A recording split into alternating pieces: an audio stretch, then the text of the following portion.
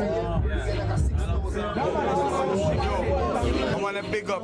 Today is the day the moving real for Baba. Big up Baba, my OG. You know what I'm saying? Baba is one of the original legends from out here. And he was bull by crew and started everything out here. Baba. R.I.P. to Baba. Respect and manners every time. And R.I.P. to Louis Rankin. Today's Louis Rankin Memorial. Teddy Brockshot, Axe, the world general. You understand what I'm saying? That's my dudes, my dog, everything. And I want to just say I miss you. I miss you, Baba. I miss you, Louis. I miss all of you. You know what I'm saying? But you'll never be forgotten. We'll always remember you. You know what I'm saying? From day one till day done. Easy money. You already know what it is. Yeah, man. Yeah, some girl only have one style, you know. The girl ever know say they're not boring. So good. So good.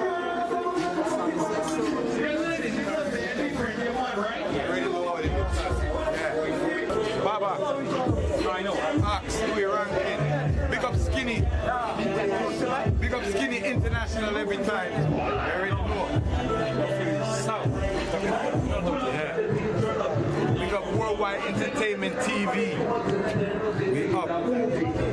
I know you recently went to another celebration of life with someone that you worked with and grew up with, Apple, in Toronto.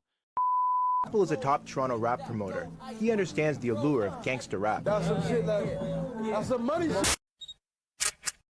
I just been crying because I've been looking for drugs all day long. Some weed?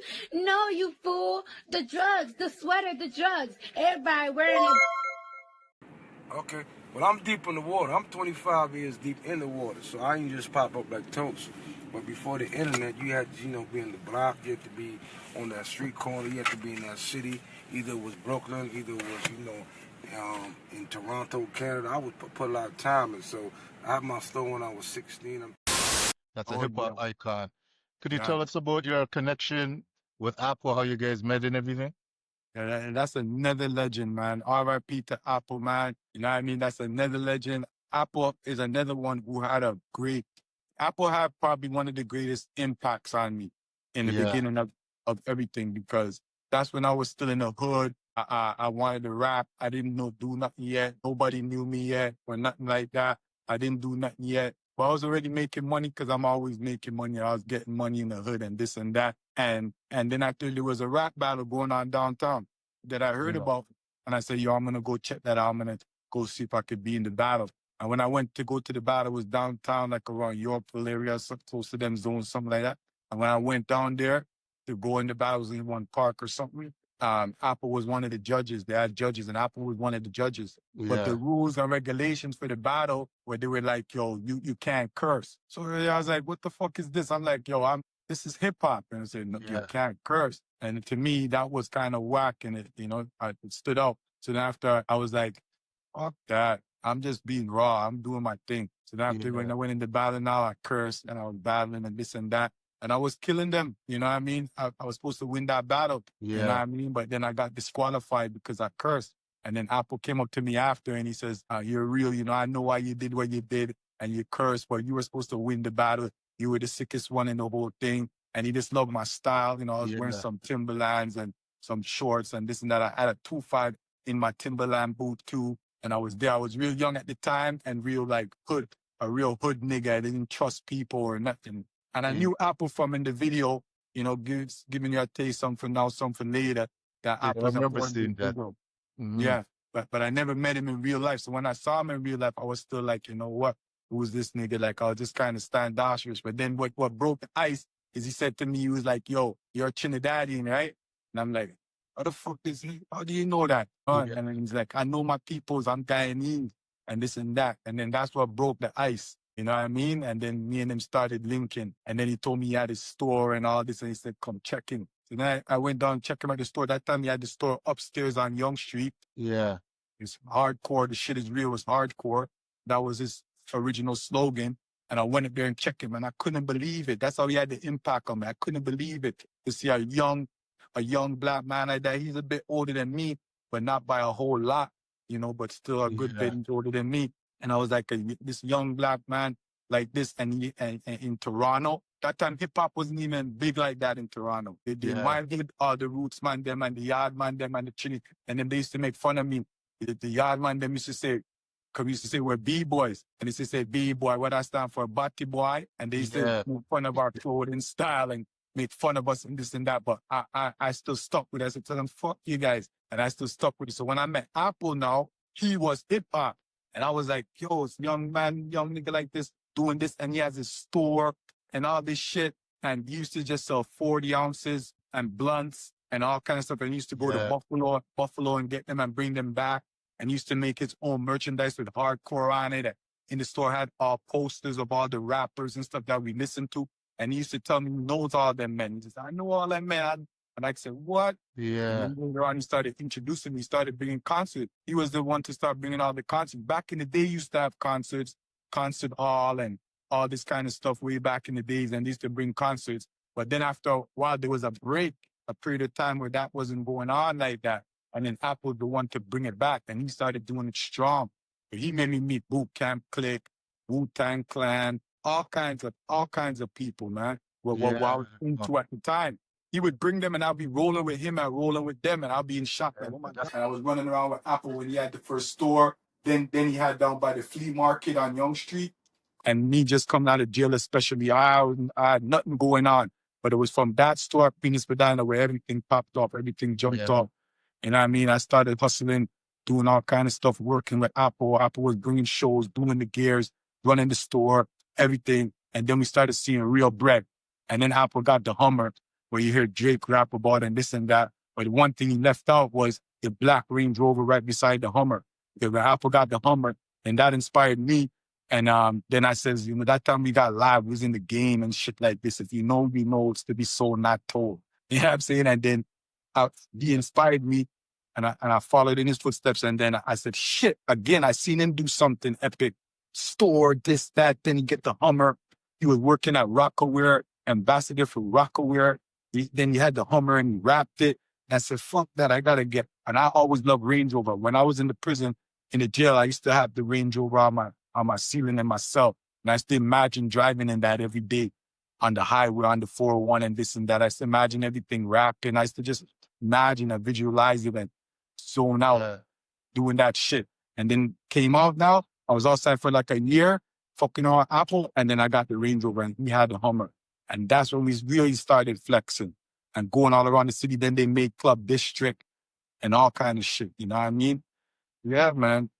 That's when my career started. The first it was with Apple had the artist Young Don. And I would just be around him. But I was always a boss in my own, coming from where I'm coming from. And Apple was a boss, but he was a bigger boss than me. I'm gonna look at him like big bro. He was like big bro to me. So I could never like go under him. And he looked at it like that way too. He always looked at me as an unruly nigga, can't control or tell what to do.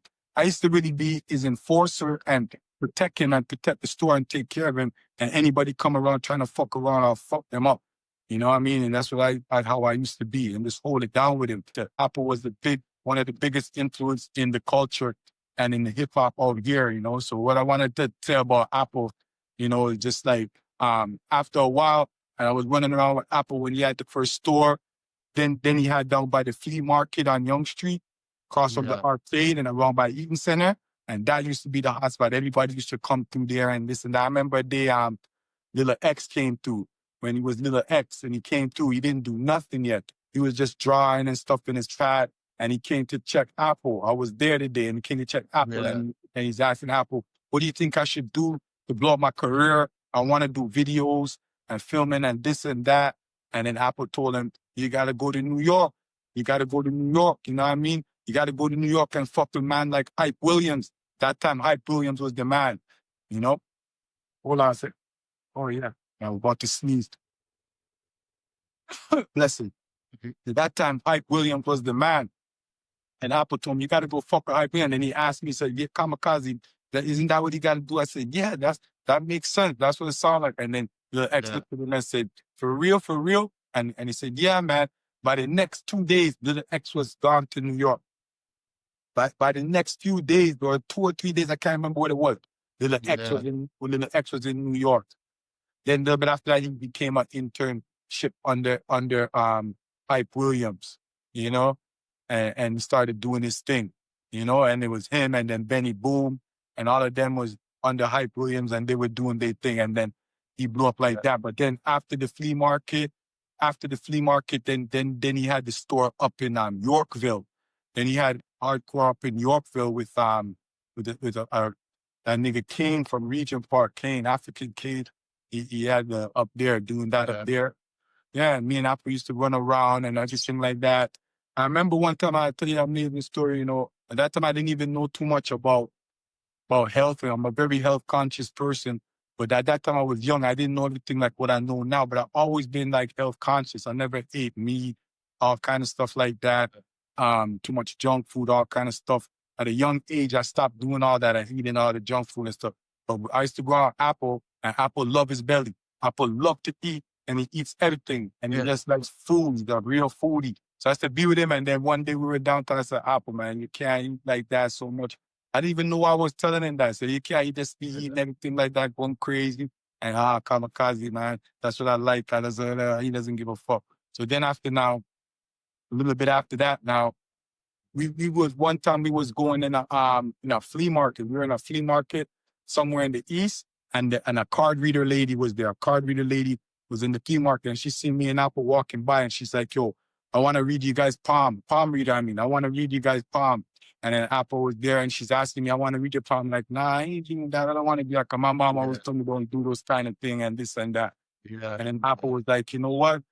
Read my palm." And then she's like, "I want to read his palm." And he's like, "No, read my palm." And she said, "All right, I'll read your palm, but I want to read your palm too." And then she read Apple's palm, and she told him it was very, she said like this, like, "I see like a dark lady is going to come into your life and try to take your life." And Apple was like, "What are you talking about?" And I was like, "What the fuck?" And then she says like this, you know, and then, but she told him like he's going to be big and famous and really famous, but he's going to run into some problem that this dark lady's going to come in his life and try to take his life. And she said she wants to read my palm. Then she would read in my palm, and she says, "Oh, you're gonna go through a serious problem and whatever. Like you might be gone away for a while, but then you're gonna become extremely successful and you're gonna get rich and this and that." And she said that in my palm. A little bit after that, now I was already on charges, and a little bit after that, now Apple got sick and ended up in the hospital. And I was already on charges and stuff like that. And then after I went to England for a little bit, I had my son over there. He's a big artist now, Cairo Keys, a big rapper out in London. And I had him, and I was there for a while. And then I came back. And then when I came back, it was time for me to go for sentencing for my charge.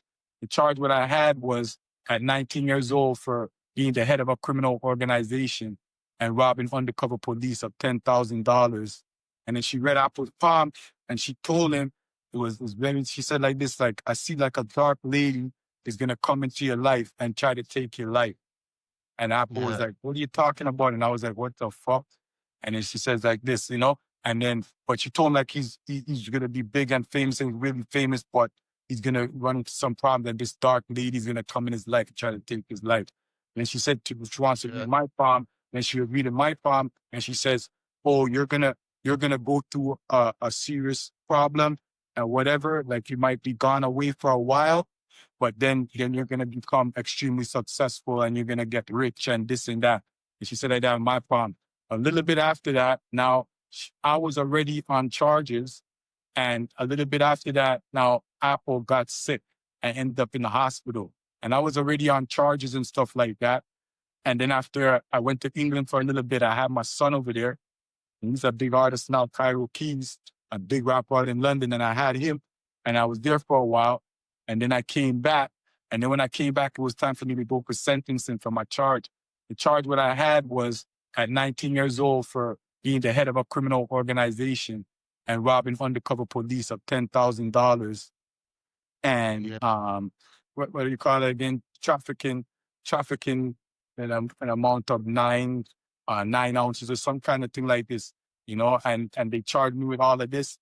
And then I had to go in for sentencing. But before I went in for sentencing, I used to go check Apple every day at the hospital. I used to sit there at the hospital. You can read all this shit in the newspaper. It's still there of all these charges that I went through. But I used to go check Apple in the hospital every day and just chill with him because even though I was going through what I was going through, he was going through much harder because he got diagnosed with cancer at that time. And, Yeah. and was just really sick in the hospital. So I used to even sleep there and stay there all night till they kicked me out and shit. All the way up until the last day when I had to go in for sentencing. And then that time I was getting stressed out, depressed, and everything because they were trying to say like I was gonna get like 10 years or something they were trying to give me.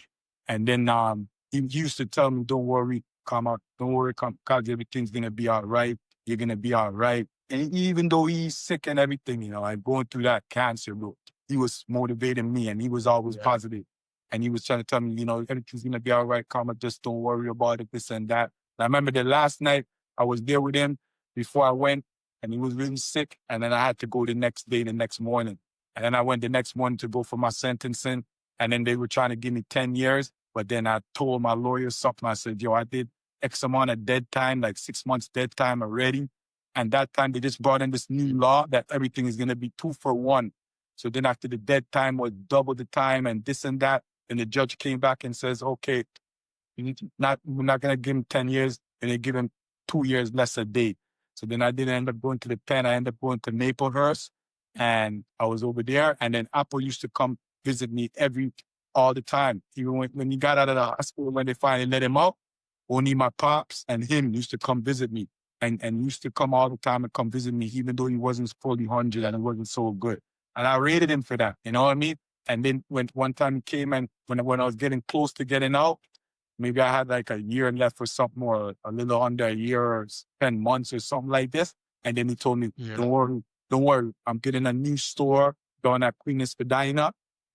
And when you come out, it's going to be up and running. And he said, I need your help because I'm not fully well and 100. I'm going to need your help. And I said, I got you, Apple. Don't worry about nothing. I got you. So he said, all right. And so then, as soon as I came out now, he had the store already at Queen Spadina. That's a legendary one. He had it at Queen Spadina. And then after I just went there, I couldn't stay home because I was institutionalized. So I didn't want to stay at my house with my parents and all this kind of stuff. So then I just used to stay at the store. I used to sleep down there and whatever. I first used to lock me up in there. And then I went clear. I said, Apple, you can't be locking me here in the night. What if a fire takes place or something? And I says, I can't take it because you're making it like I'm still in jail when I'm free. And he just laughed and whatever. Then he gave me the key. Then he started trusting me more. He gave me the key. And I had the key and everything. And I used to be there running it with him. And that's before we never used to make no big money. Like Apple used to make money and shit. I'm sure y'all used to make money. But we weren't in the big money yet. And me just coming out of jail, especially, I had nothing going on. But it was from that store, Venus Medina, where everything popped off, everything jumped off. You know what I mean? I started hustling, doing all kind of stuff, working with Apple.